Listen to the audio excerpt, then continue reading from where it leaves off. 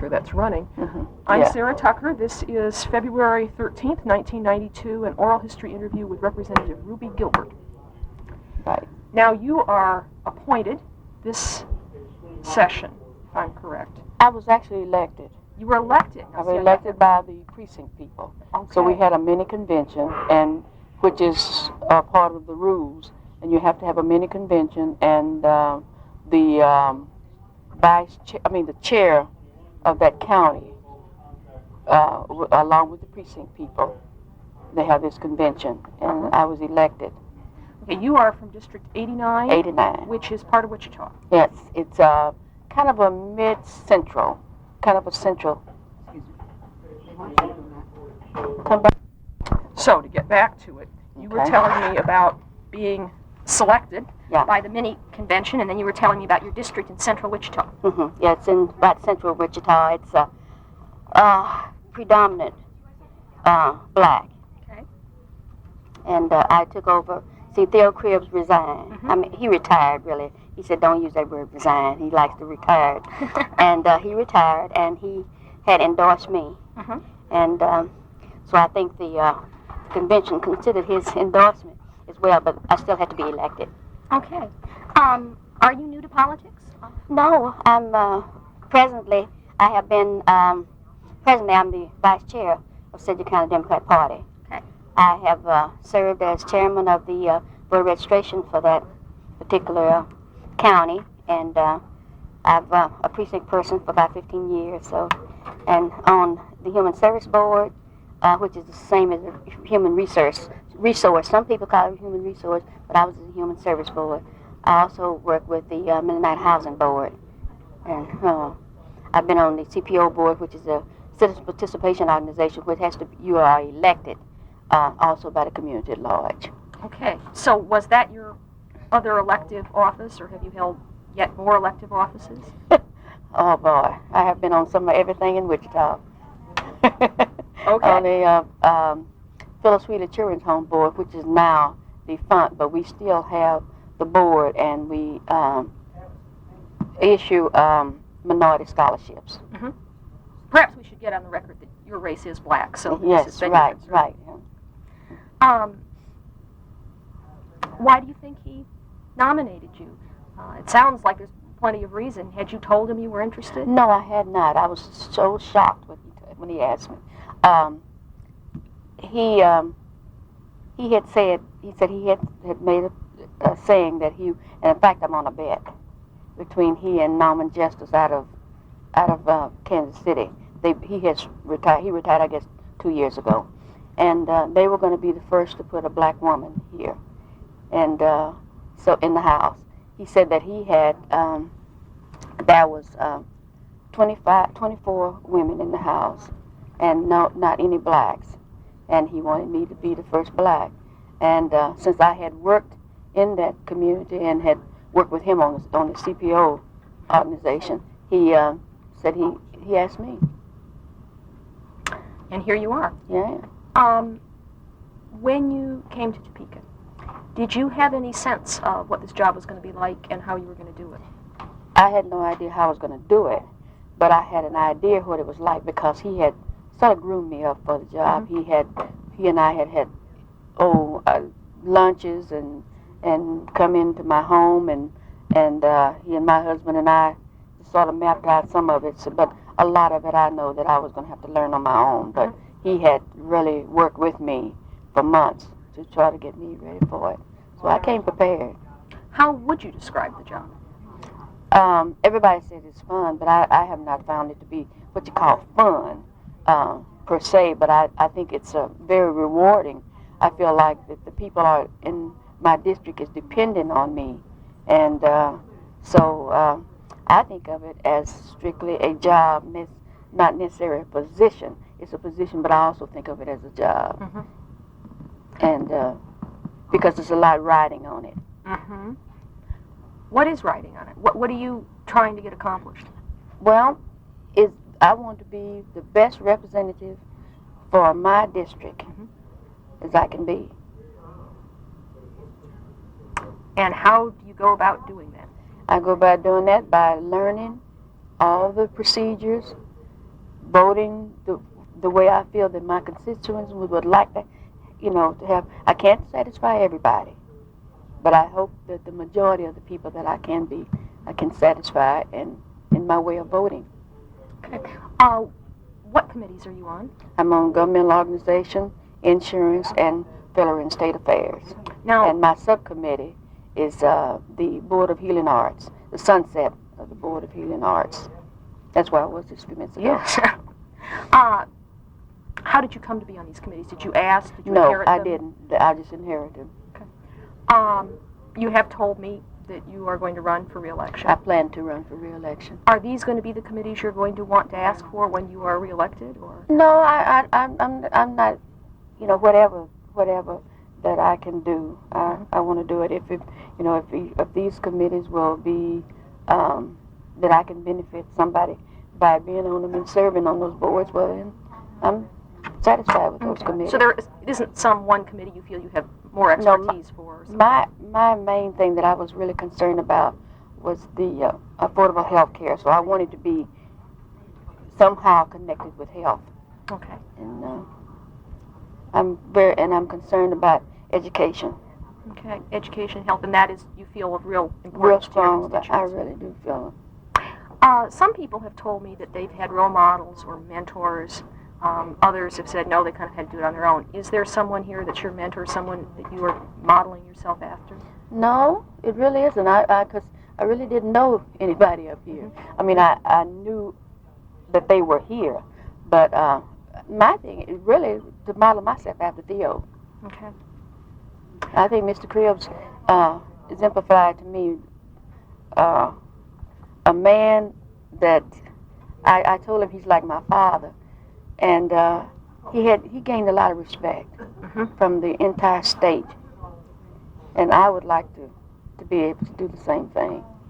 Because one thing he's a very truthful man. He's not a liar, and I don't want to be. And everybody say you have to be dirty to be in politics, and I don't think you have to be. Hope you're right. Hope you're right.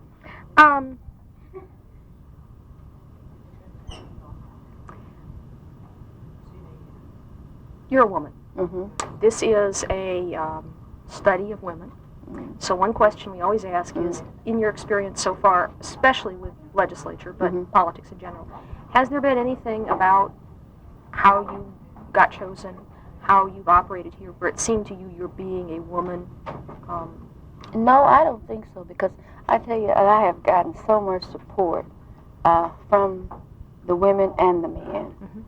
And people have come to me and said, anything that you don't understand, especially the legislators out of Sedgwick County, anything you don't understand, just feel free to talk to me about it. And I absolutely believe that I have the best secretary that it is. Certainly was nice to me. And also the best intern. He has been really a lot of help to me. Oh, that's good to hear. And she is wonderful. You're a Democrat. Why are you a Democrat?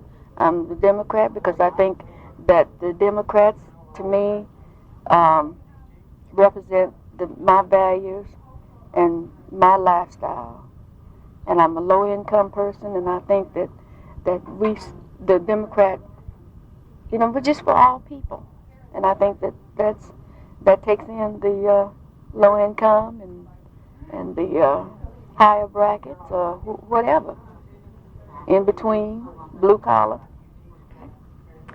Would you call yourself a feminist? No. Why not? No, because I still like the things that men do for you, the door opening and the pulling out the chair and my husband, this is our 35th year. June 3rd, we've been married 35 years. Congratulations. Thank you. He still does those things for me. When we go out to eat, he always pay for the food, and I like that.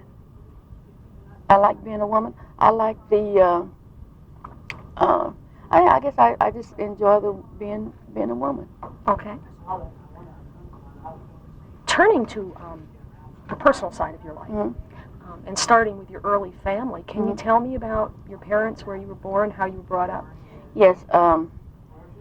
my parents, was blessed to have both of my parents in my home until we were grown, except my last two brothers and sisters. My parents divorced after being married 25 years. It's 10 of us, 7 boys and 3 girls. And my mother was the disciplinarian in our house. She did it all. But also, we had a good life. I really didn't realize that I was deprived until I got grown, and everybody keep telling me this, you know. But I never missed a meal, and I'm not talking about something thrown together. I'm talking about a meal, because both my parents worked. My mother worked for the school board. She was a cook, main cook for the school board, and that's what they called him at that time, the main cook. Which means she didn't do the desserts. She did. My father retired from Sears. He worked for Sears. Yet my mother was a seam. She sewed a lot, made a lot of our clothes. We also went to Goodwill and bought nickel and dime dresses and whatever had to be done. We had a good school life. We knew that once we finished high school, we knew that there was probably, if we got to go to college, it was going to have to be on our own because our parents could not afford to send us. Now, was this Wichita that you were? No, I was raised up in Dallas, Texas. Dallas, Texas. Yes. Okay. So, you were raised up in Dallas, Texas. You went through high school in Dallas, Texas. Then what happened? I started working at Parkland Hospital, and one of the supervisors on the floor encouraged me to go into, at that time they didn't call it practical nursing, it was vocational nursing. So I took the vocational nursing course. And you also did not have to be certified by the state at that particular time. It was just a degree, I guess a level, I should say, not a degree, but a level lower than the registered nurses, because we didn't have to do the same thing that the nurses' assistants did. We were just a little bit above it. So when I came to Wichita in 1953, they didn't accept that as a training because they had the practical nurses here at that time. And so I had to go into the nurse's assistant. So when the practical nursing course that the Board of Education had kind of through the vocational VOTEC training, I took that and was able to be licensed. Now, how did you come to Wichita? I married right out of high school, and we had a child, and my sister had married a man here, which was the pastor of the church where I belong, and so I was having marital problems, so I came up here to get away from him. And I got here and I stayed. Okay. And would you believe that 2 days after I got here, I met the man that I'm married to now. Which is Booker T. Gilbert. Good He name. was a choir director here, and so I met him, but I didn't. We dated 4 years before I married, because I had a child 6 years old, because I was married to the other man 6 years. Had this child, and I just couldn't see going right back into another marriage. But obviously this time it worked. You've been married 35 years. 35 years. And you have other children also? I have we have a daughter. Okay. That's she's 31. Okay. And he has 2 boys. And he has 2 boys, so he was married previously. Yes. Also. Okay. So you nursed as a practical nurse as your occupation, and what is his occupation? He has an appliance business. Appliance repair. Appliance repair. Yeah, he does all major appliances. He's also went into in the last 10 years, he's gone into refrigeration and air conditions, which he hadn't done at first. All he did was washers and dryers and dishwashers, that type of thing. Well, he's gone into major appliances now. So he's seen a lot of changes. Oh, yes, he has. And he's gone back several times, too, for seminars and things because of the computer. Most of these things operate on computers. And you have to learn that, too. How do you manage being here in Topeka? I would assume it's easier than if you had small children at home. Yeah, right. Clearly, you don't get paid a lot as a legislator. No. Everybody but how do you manage the business of being a legislator? You live up here during the week? I live up here during the week. And go back home to I go home Wichita? Friday. Okay. Go usually Friday noon. Friday afternoon I go home. Do you find that very hard? No, I'm not finding it very hard. It's a 2-hour drive. And I drive all the time. I go down to Dallas and everywhere else by myself. So, you know. And I have a daughter. My youngest daughter is in San Antonio. Mm-hmm. And I go down there a lot of times. What I found that it's such a long drive to San Antonio. So what I'll do usually go into Dallas, and if I don't spend the night, I'll stay a couple of hours or so, and then I'll go down to San Antonio. Well, in that context, driving home to Wichita doesn't sound so bad. No, doesn't. With the turnpike. No. How does your husband feel about this new career This of yours? has been, he has pushed me so. In fact, I would not be here if he hadn't really given me the encouragement. And when I told Theo after he asked me about it, I said, well, let me go home and talk it over with my husband. And so we sat down and talked about it, and he said, I'm 62 years old. He turned 62 Sunday, but I'm 62 now. And he said that he thought that was the best thing that could have ever happened to me. But also, he told me years ago, that's how I got involved in all this, these boards and things. He said, these kids are going to be gone. And you're going to be sitting here rocking by yourself. Because he said, don't expect me to sit here and rock with you. So I got busy into these things so that I had an outlet once my kids were gone. He's busy, of course, with the appliance business, and then is he still doing choirs? And what is he doing? Yeah, he still has his choir. Okay. Oh, he wouldn't give that up for nothing. And also his business, he's still doing his business. That's why somebody asked me, could he come? I said, no. A lot of these things that happen up here, I said, he can. He has to work. This is strictly a part-time job. This is not a job for, if this is all we had to depend on. Well, which gives me an opening to pry as far as you'll let me pry. How do you manage the finances of this? Because clearly it is not enough to pay you regular income. Do you practical nurse then when you get back to Wichita? No. I have not done it. I have not worked since '59. I have not, because he was one of these. He's from the old school, and he thought that I should be home when these kids go to school and home when they come home. Okay, well now and then, as my daughter has been gone, the youngest one has been gone since she graduated in '78. She went 2 years to SMU. Okay. She wanted to go. Then she went in the Army. Oh my. Yeah. What did she do in the Army? She's in the nursing field. Okay. So you were a housewife and a very, very, very active volunteer. Right. Which makes the money things then somewhat easier because you're not having to replace a missing salary. No, and then see, I sew a lot. I don't know.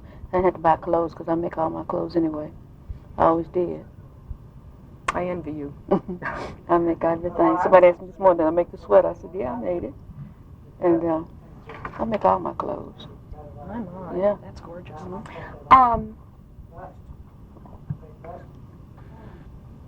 You're going to run again. Yes, I plan to.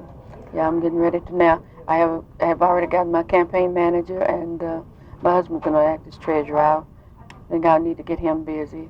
Besides, Theo is going to work with us. Theo Cribb's going to work with us as well. And I really don't want to let him down because he really has a lot of confidence in me.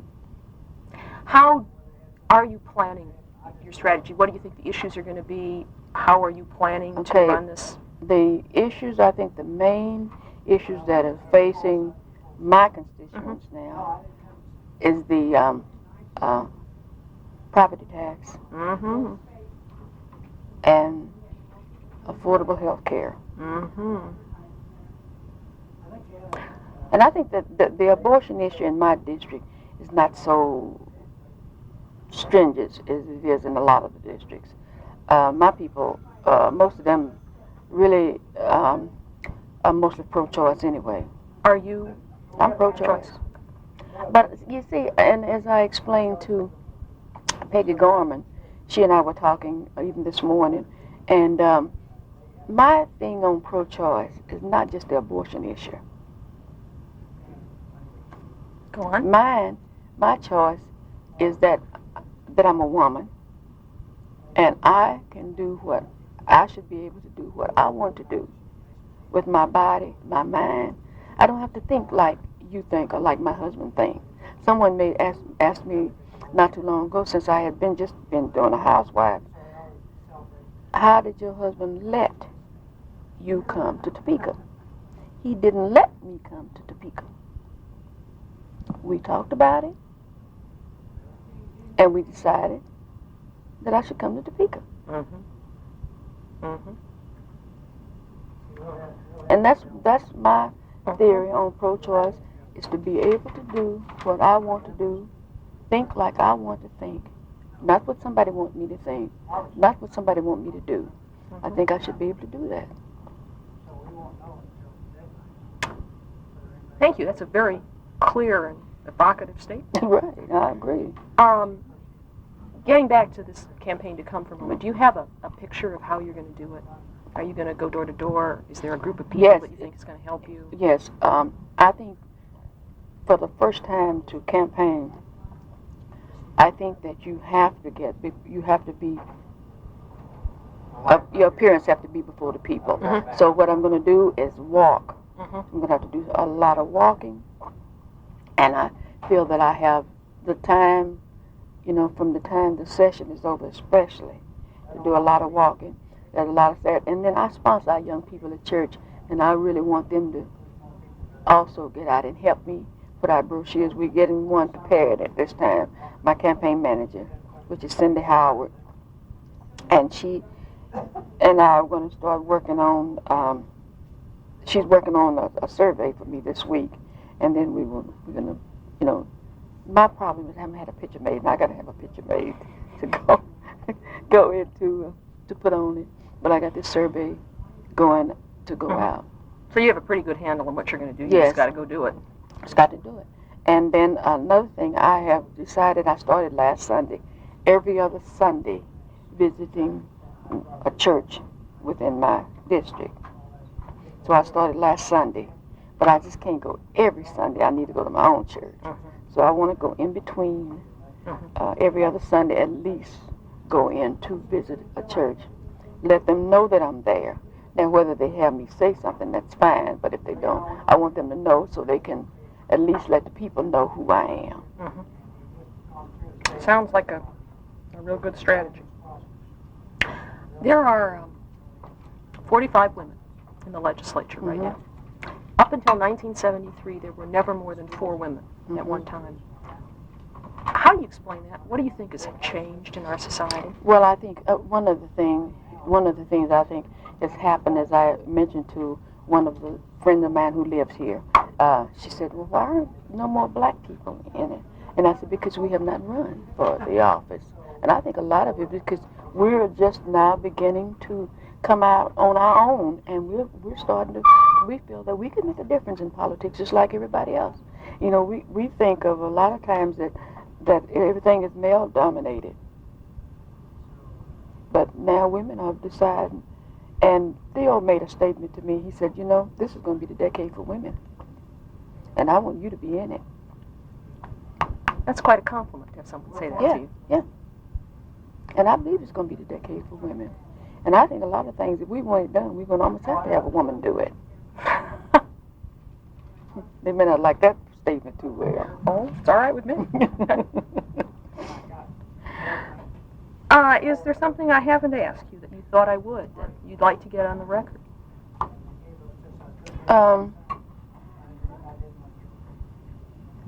I don't know. Anyway, I want to let you know that I have 7 grandchildren. How old? The oldest one is 20. He's dead, though. Let's see, he would have been 28. He died at 23. And I have 3 great-grandchildren. Good Lord.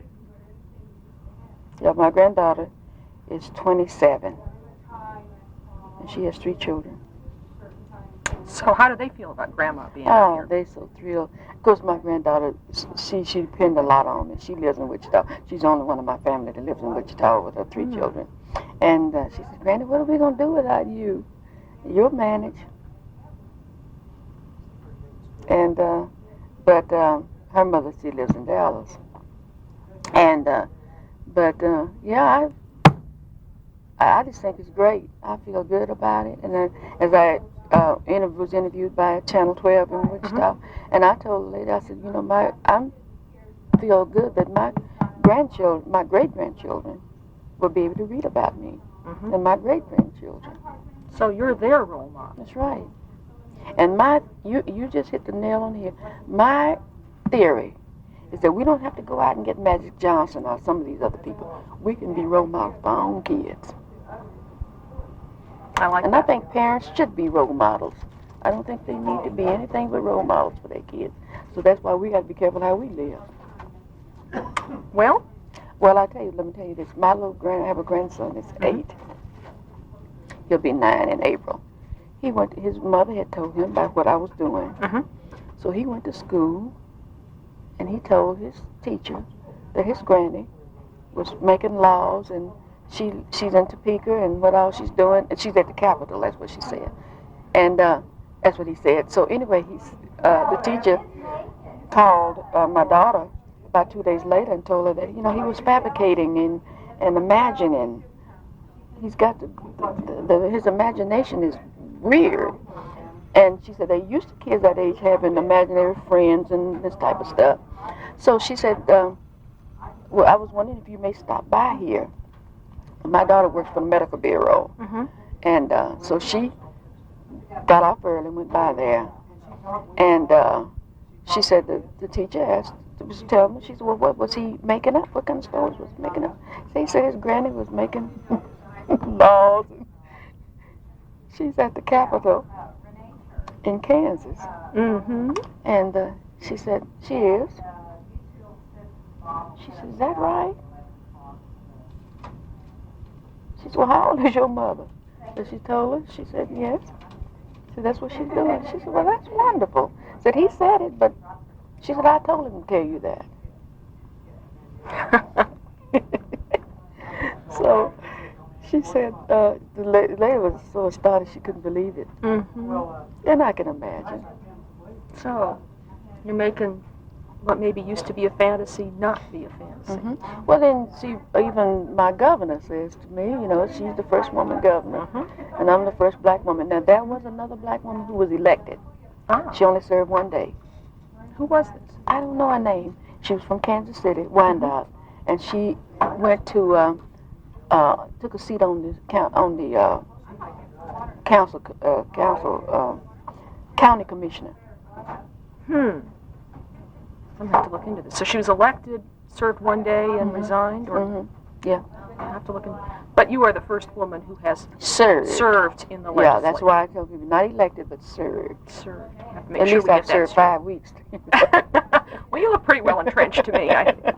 But 5 weeks anyway. But I really do feel good about it, and I feel good about myself. I feel that that I'm going to make some kind of contribution to this state. Well, I'm pleased to hear it. Thank you very much.